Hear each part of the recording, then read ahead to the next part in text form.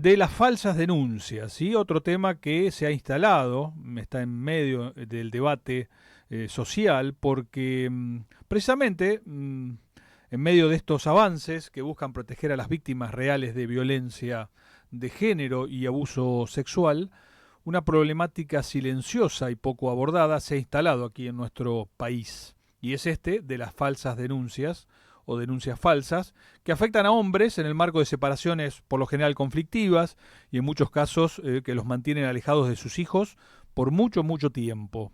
El daño, dicen todos, que es irreparable. Y por eso, bueno, se ha puesto de relieve algunos proyectos legislativos que han surgido hace un tiempito para tratar de penalizar este tipo de conductas. Es un tema sensible, complejo, que conviven entre el reclamo legítimo de muchas mujeres por situaciones de maltrato, con estas causas que tienen de víctima y de rehén a hombres que son, insisto, acusados falsamente por situaciones que no han existido. Ha habido casos recientes, el del obstetra Pablo Ghisoni, que se conoció en los últimos días, aquí en La Plata, el de Hermann Krause, que tiene todavía una larga pelea judicial para tratar de reencontrarse con sus dos hijos. Y bueno, para hablar de este tema hemos convocado a Miguel Molina, que es un reconocido abogado penalista aquí de la ciudad de La Plata, que trabaja en el tema, que tiene casos en su estudio y que precisamente nos va a ayudar a entender qué es lo que está pasando con este tema de las falsas denuncias. Hola Miguel, buenas tardes, ¿cómo estás?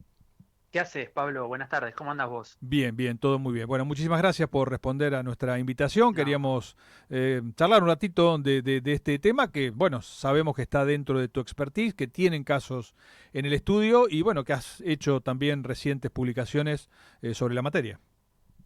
sí, sí, sí, sí, la verdad que es un tema, como vos bien adelantabas, es un tema complejo, ¿sí? Esto no, de ninguna manera es negar a las legítimas víctimas, lo que sí creemos que se ha desnaturalizado, lamentablemente, con las falsas denuncias, con la instrumentalización como recurso procesal de las falsas denuncias, de los falsos testimonios, en contextos de abuso sexual y, bueno, como bien indicabas, lo que se ha puesto en el último tiempo en agenda son los temas de falsas denuncias vinculadas a lo que es el abuso sexual infantil, que Ujú. es peor todavía, ¿no?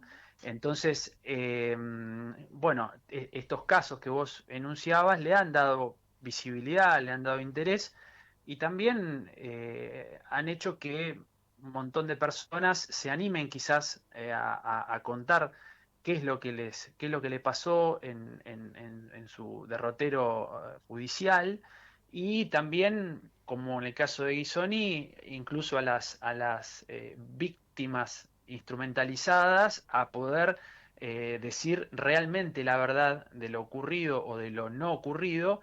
eh, Así que eso creo que es algo que se está dando por suerte en el último tiempo. Eh, Nosotros lo que vemos o lo que venimos detectando desde hace un tiempo es una creciente utilización de este tipo de falsas denuncias con distintas ultrafinalidades, ilícitas obviamente, pero que se instrumentaliza tanto al menor como, así, como un instrumento material y se instrumentaliza a la justicia procesalmente, ¿no? A ver, te interrumpo un Sí, segundo. Te sí, pregunto esto. Acá sí, tenemos, obviamente, una persona que hace una falsa denuncia que debería ser penada por ley, pero sí. también no tenemos del lado de la justicia cierta debilidad para o falta de profesionalismo o de capacidad para detectar estos casos. Mira, por eso te decía, acá la justicia de alguna forma está permitiendo ser instrumentalizada, ¿sí? ¿Por qué? Porque al no haber en la justicia, estar fragmentada de alguna forma, cuando uno lleva el planteo a la justicia penal respecto de lo que considera, insisto, no en todos los casos, pero sí hay casos que son flagrantes, donde uno detecta determinados indicadores de lo que nosotros consideramos que es una falsa denuncia, aparece esta fragmentación, ¿no? Porque la justicia penal de alguna forma lo que te contesta es decir, bueno, a mí no me interesa que haya un conflicto previo en sede civil o el conflicto de sede civil es por un tema de régimen de visitas. Bueno, sí, hay una cuestión de impedimento de contacto, pero no tiene que ver con el abuso que acá se denuncia. Entonces, esa fragmentación, esa falta de mecanismos de detección temprana que tienen, eh, estas ¿cómo te puedo decir? Esta falta de trabajo coordinado Ujú. entre lo que es familia, lo que es violencia familiar, justicia penal, la- el conocimiento completo del conflicto, bueno, eso es lo que hace muchas veces que se lleven a resoluciones y muchas veces llegan incluso hasta condenas sin tener a la vista el análisis completo de cuál es el real conflicto detrás de esa falsa denuncia de abuso. ¿Sí? Que tiene indicadores que son, te diría Pablo, se repiten con muchísima claridad, ¿sí? Ujú. Porque cuando uno va a lo que es la detección de este tipo de falsas denuncias, se empieza a encontrar expedientes de familia que son voluminosos, empiezan a haber resolución, aparecen las denuncias contra resoluciones contradictorias o que no satisfacen al progenitor que impulsa la denuncia, Ujú. eh, aparecen impedimento de contacto previos, aparecen denuncias penales cruzadas que terminan, que al carecer de sustento objetivo terminan en archivo, y bueno, como frutilla del postre se termina utilizando como mecanismo para cortar todo vínculo con el menor la denuncia de abuso sexual. ¿Vos crees que entonces el aumento de pena para este tipo de casos sería la salida única o tal vez hay alguna otra? No, mirá, a mí me parece muy interesante, creo que hay una senadora que está promoviendo, Carolina no Lozada, conozco. Sí, sí, no conozco el proyecto. no vi el proyecto, Ujú. sí, no vi el proyecto, pero por lo que trasciende públicamente sería un endurecimiento de la legislación vigente. Ujú. Digo, estos delitos están vigentes, o sea, hoy están contemplados en el código, tanto la falsa denuncia como el falso testimonio, como incluso también hay una ley que es la de impedimento de contacto, que también está en vigencia. Ahora, digo, si esto no se aplica hoy tal cual está, con escalas penales menores, la verdad que el endurecimiento no sé si será el recurso, si será realmente la salida, Ujú. porque y en esto también hay que ser serio en la comunicación. No toda denuncia de abuso sexual o de abuso sexual infantil que no se puede probar es una falsa denuncia, ¿sí?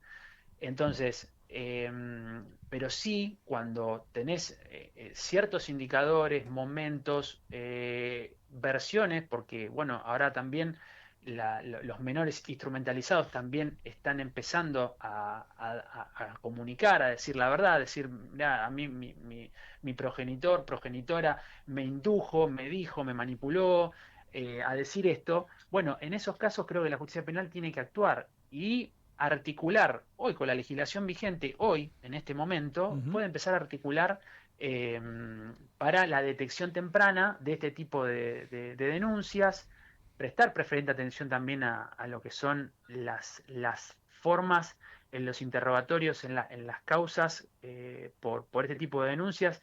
Inclusive hay entrevistas que son previas a lo que son las cámaras Gesell, por ejemplo, Sí. donde hay que prestarle preferente atención a cómo son esos interrogatorios, que no sean indicativos, que pueda haber presencia o representación de ambos padres también, porque al no ser considerados en principio como actos irreproducibles, muchas veces no se permite el control y son esas primeras horas, esas primeras preguntas, las que van formando de alguna forma el relato. Entonces, eh, creo que hay que prestarle preferente atención en el inicio y en el análisis de los antecedentes de este tipo de denuncias. Te insisto con esto, no es negar la existencia, quiero ser muy, muy claro con esto, no es negar la existencia de los delitos de abuso sexual infantil ni los de abuso sexual. Sí, cuando vienen presentados en este contexto de divorcios conflictivos, de conflictos anteriores, de expedientes de familia interminables, bueno, que la justicia penal le debe prestar preferente atención a ese contexto para poder analizar la verosimilitud, vamos a decir, de la denuncia. Seguro. Última pregunta, Miguel, para agradecerte Sí. obviamente este contacto. ¿Dónde ponemos a los abogados en todo esto? Porque obviamente detrás de una falsa denuncia hay una Mm, persona que la hace, pero también hay un sí, abogado que la instrumenta. sí. ¿Dónde los ponemos? Mirá, el abogado, hay que ver qué tipo de intervención tiene el abogado en todo esto. Digo, eh, hay mucho escrito de lo que llaman las conductas neutrales, ¿no? O sea, lo que sería una intervención técnica.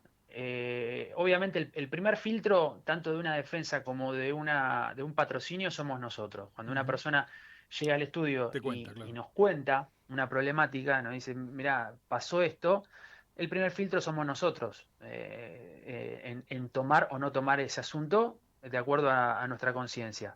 Entonces, si nosotros consideramos que es, digo como trabajamos, ¿no?, en el estudio nuestro por lo Ujú. menos, Sí, sí. si nosotros consideramos que merece ser representado, sea como víctima o sea como defensa, lo vamos a hacer. Ahora, entiendo que tu pregunta va más dirigida a aquellos patrocinios que de alguna forma tienen algún sentido distinto y que, vamos a decir, se presentan como a conformar el esquema de la Claro. denuncia, de la falsa A, denuncia a eso y apuntaba, articular exactamente. Sí, y sí. prestarle, bueno, en esos casos hay que ser, cuando hay, vamos a decir, muchas representaciones similares con como un equipo pareciera de trabajo al servicio, ¿sí?, sea pericial, eh, de- de- de- del patrocinio legal, esa articulación ya como preestablecida.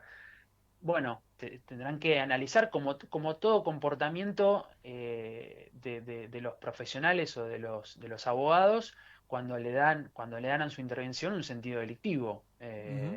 Ahí se tendrá que analizar en concreto. Exacto. Miguel, te agradecemos mucho el contacto. No, por favor, Pablo, un Seguimos, agradecimiento para seguimos ustedes. hablando. Dale, muchísimas gracias, eh. Chau, chau. Hasta luego. Buenas tardes. Miguel Molina, abogado penalista, hablando de este tema de las falsas denuncias.